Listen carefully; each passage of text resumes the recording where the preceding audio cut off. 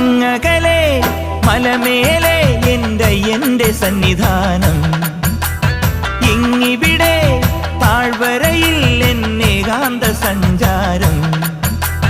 ശരണം ശരണം എന്റെ സ്വാമി, എന്റെ വിളിയൊന്നു കേൾക്കെന്റെ സ്വാമി.